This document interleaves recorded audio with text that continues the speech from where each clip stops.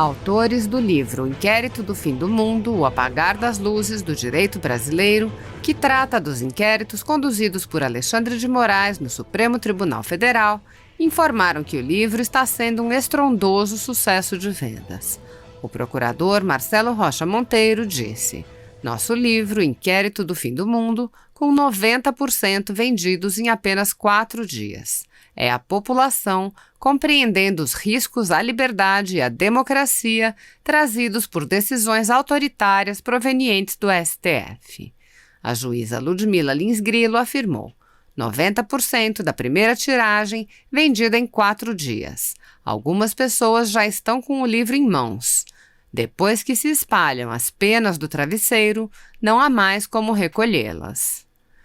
Veja trecho de live entre 2 autores do livro Inquérito do Fim do Mundo. Eu fiz um curso nos Estados Unidos e no final você tem que fazer uma apresentação. E eu tinha que falar sobre corrupção, essas coisas todas, né? Falando sobre a corrupção no Brasil, né? Que nós éramos 45 assim, de estudantes da América Latina. E assim, eu mostrando a realidade aqui do Brasil e falando tudo e colocando o Supremo Tribunal Federal assim, né, como um fator importantíssimo no combate à corrupção, coisa que o papel que ele não cumpre, né? Então a gente fica vendo aí, hoje o critério de seleção tá complicado, a permanência de um ministro do Supremo tá complicada, porque esse cara não pode ser vitalício.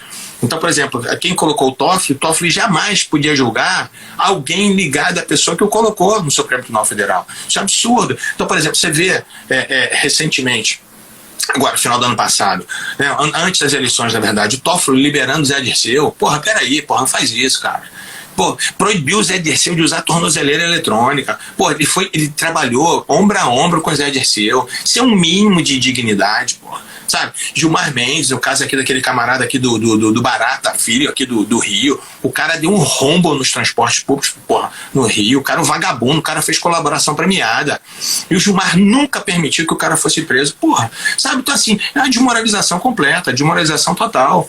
Então, e isso não para, sabe assim, parece que se viciaram em se desmoralizar. Eu acho que o problema todo é esse, eles já não estão mais, e aí fica criando, inventando história de robô, né, discurso do ódio, o gabinete do ódio, e vendo essas palhaçadas todas, ninguém suporta isso. Mas assim, será que eles acreditam realmente que existe isso? Que existe um gabinete do ódio? Eu realmente acredite nisso.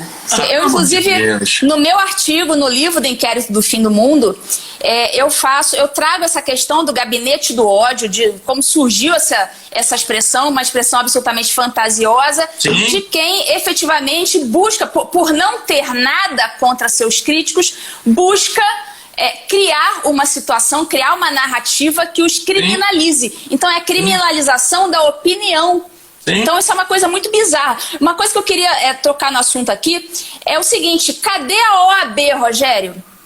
Para defender os advogados, sim, que têm as suas prerrogativas de acessar os autos. Se, sim, eu nego, Rogério, lá na vara que eu presido, se eu nego acesso, sim, de um processo a um advogado, no dia seguinte tá lá a comissão de prerrogativa com aquele broche na lapela, minha prerrogativa, não sei o que lá. Sim. No dia seguinte, sim, cadê a OAB? Sim. Tá calada, né? Porque a OAB é o quê? O presidente da OAB, todo mundo sabe que ele é um camarada de esquerda, né? Então, assim, ele não se importa se quem estiver, né, sendo vítima de uma situação dessa é um camarada conservador.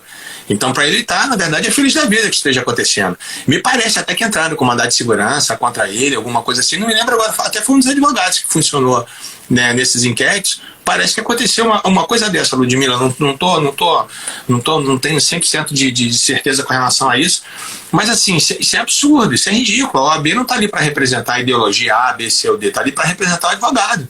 Então, independente de que partido seja, de que viés ideológico seja, mas os camaradas até com isso, sabe? Então, assim, é muito complicado. Por isso que eu estou te falando, quebrar o mecanismo é muito difícil. É muito difícil.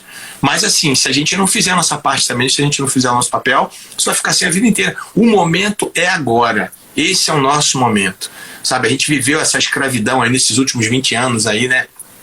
dominados aí pela esquerda maldita que deixou... Eu acho engraçado, né? Os caras, né, no começo aí do presidente Bolsonaro, eles falando, né? Aí você via aquelas retardadas lá do PT no plenário, 13 milhões de desempregados, como se o Bolsonaro tivesse culpa disso, de 13 milhões de desempregados. É a mesma coisa, eu tô no restaurante, como, vou embora, você vem, o cara quer te cobrar conta, fala, meu irmão, peraí, porra, quem comeu foi o outro, não fui eu, tem nada a ver com essa conta.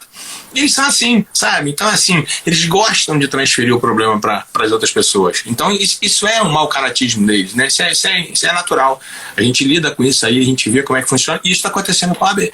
Então, assim, se fosse algum outro advogado, né, que tivesse a ideologia do presidente da OAB, com certeza absoluta já teria aí as comissões todas funcionando, tudo direitinho, tudo certinho, né? Mas mais um problema aí para se resolver.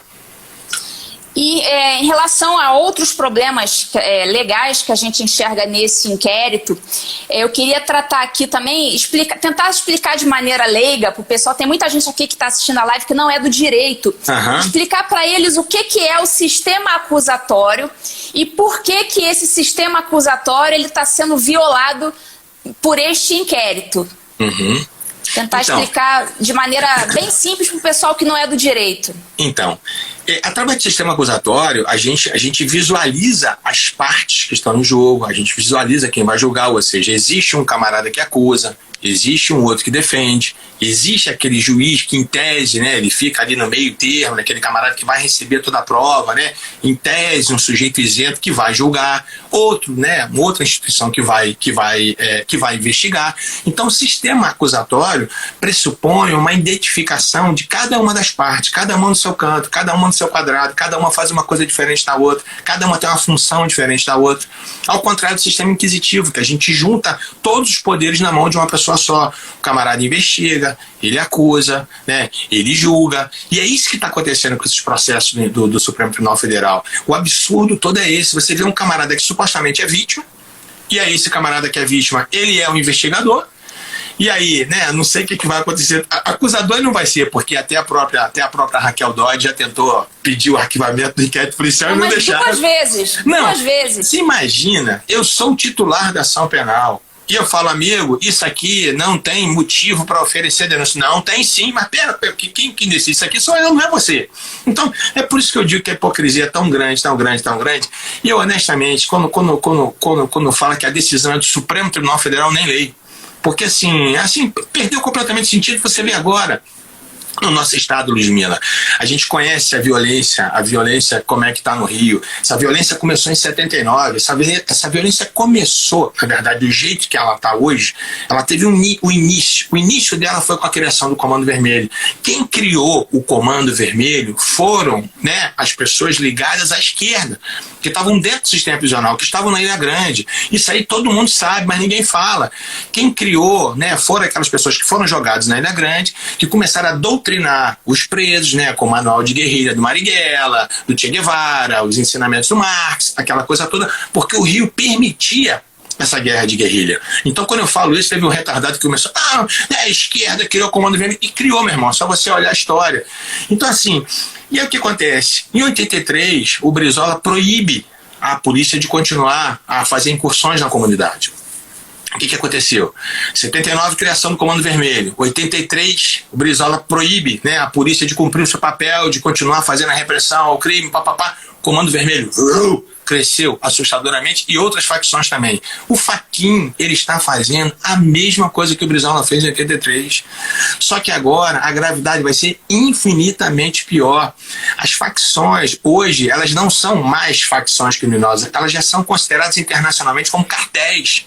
Então, assim, esse camarada não sabe o que ele tá fazendo, ou na verdade sabe, porque é só você olhar para o passado, ver o que aconteceu. O Rio está nessa situação sui generis. O Rio, assim, você vai em qualquer estado que você vai ver, Ludmila, não existem facções como as do Rio. Sabe, essa coisa de domínio territorial, de facção tirar onda, né, de fuzil, né, cada morro, né, tem uma facção criminosa diferente. Isso vai se expandir para o Brasil inteiro. Está uma porta aberta de drogas, né, de entrada de armas no Rio. A coisa daqui a um tempo vai ficar insuportável. Aí eu quero ver quem que vai pagar essa conta. Será que o Supremo vai pagar essa conta? E pior, agora recentemente, né, acho que foi uma decisão, acho que de ontem, alguma coisa assim, ontem, hoje não sei, Eles estão querendo ampliar as restrições, sabe, da polícia com relação ao combate ao crime no Rio. Esses caras, assim, honestamente, eles têm que ser interditados, porque o que eles estão fazendo com o Rio? Proibir helicóptero de entrar nas comunidades. Eles não sabem que o Rio tem uma silhueta diferente dos outros estados, assim, a cidade do Rio, principalmente das outras cidades. Não tem condições, muitas vezes, sabe, de uma equipe de polícia chegar, de uma patrulha chegar, se não tiver reforço de helicóptero. Então, assim, eles não conhecem a realidade do que está acontecendo e estão decidindo por decidir, sabe? Então isso é um absurdo. E a gente vai sofrer essas consequências, é inevitável. Inevitável. Estava conversando com um amigo meu, Fabrício, que é o delegado, né, que hoje está comandando a CORE. Assim, tá todo mundo perdido. Todo mundo perdido.